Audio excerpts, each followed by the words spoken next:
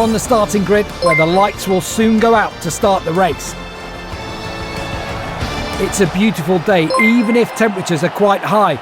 Riders will have to deal with a fair bit of tyre wear. Many have been forced to choose a hard compound on both the front and rear.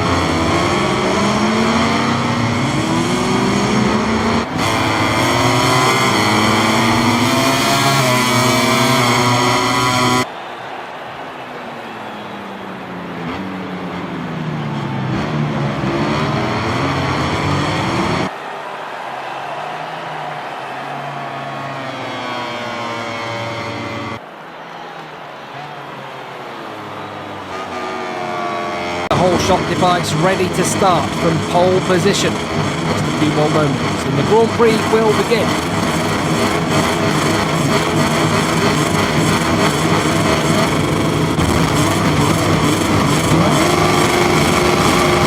It's full throttle, it's lights out, and we're underway here in Japan. Pecco Bagnaia missed the start again on the factory Ducati.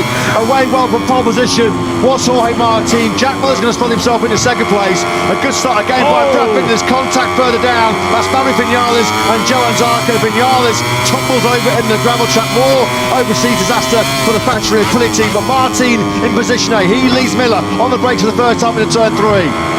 Miller on the inside, look at this, they're almost running into each other, they're so slow in the braking zone for turn 11. Espargaro has a look over his left shoulder, look careful. Is anybody going to come in? Who is going to come in? Got to. Spinner's in, they're all coming in, it's just not safe enough for slick tyres, getting really, really close and scary on the run to pit lane. Nobody gambled, everybody then sweeps into pit lane.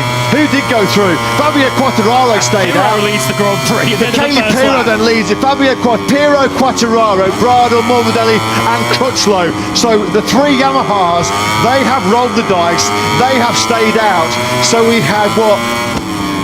Till at the end of the very first lap, with the rain worsening, the conditions deteriorating, everybody, bar Pirro, Quartararo, Brado, Morbidelli and Crutchlow, flung into pit lane onto the Michelin rain tyres.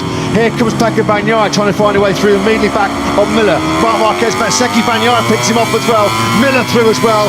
Martin now under pressure from the Gian Antonio. So that mistake, the big mistake at turn 3, boy, Martin drops him right back down the field. Now Digia, that's aggressive on the inside of Martin through at turn 5. So Martin did drop back down to what, 6 or 7. He tries to top it out now with the Gian Antonio through the high speed turn 6. That's brave, isn't it? From the man who could be leading the MotoGP World Championship at the end of this already dramatic and tense and thrilling Japanese Grand Prix.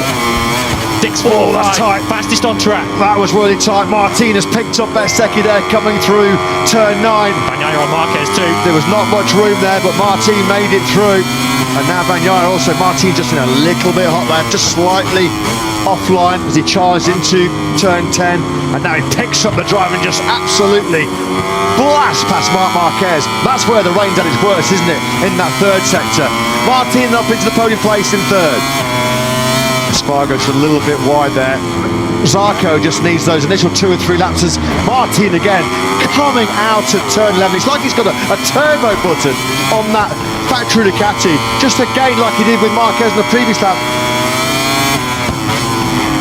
Bagnaia then, he knows he has to try and go with Martin. This is going to be a tough one. Aleix Espargaro again runs in hot. He's had a couple of mistakes stopping that Aprilia over the last lap and a half. He's now back in third place. this could be a Honda home podium for Marc Marquez, which seemed highly unlikely in a full dry race. Look at the grip that he picks up compared to Bezzecchi.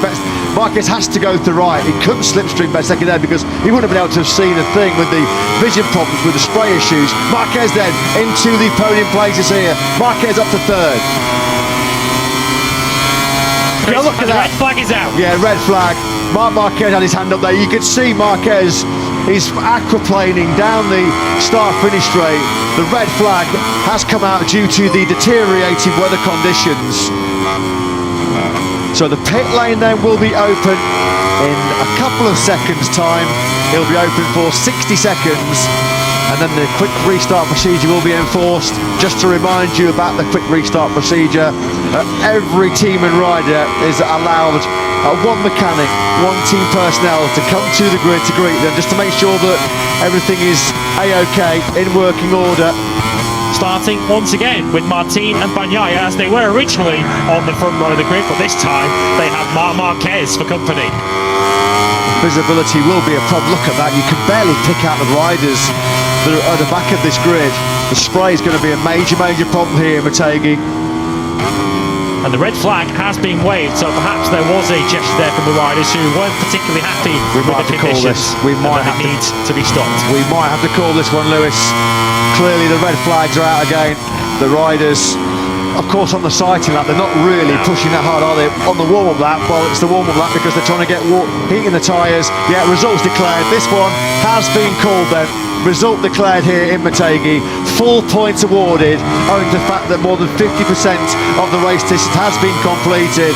And that is cue celebrations then for Prima Pramac Racing. All that hard work that Jorge Martin did in those first 12 laps was not in vain. What a massive victory that could be for him. And of course, as we try and work out, Miguel Oliveira surely will be credited with 7th, won't he? Well, the way an official result on our screens as Jorge Martin points to his face, points to his head. He kept his head in the end after, of course, running on, and he's now getting the news of his team. Jorge, you've won the Japanese Grand Prix. Mr. Tomikazu Fukuda, governor of the Tochigi Prefecture, which is where we find people.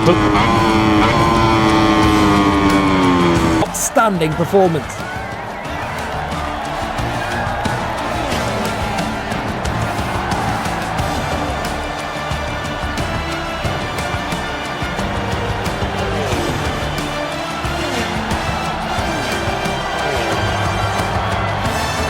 On the podium, all three were top-notch, but it was Bagnaia's day to put his stamp on the Grand Prix. A fantastic race.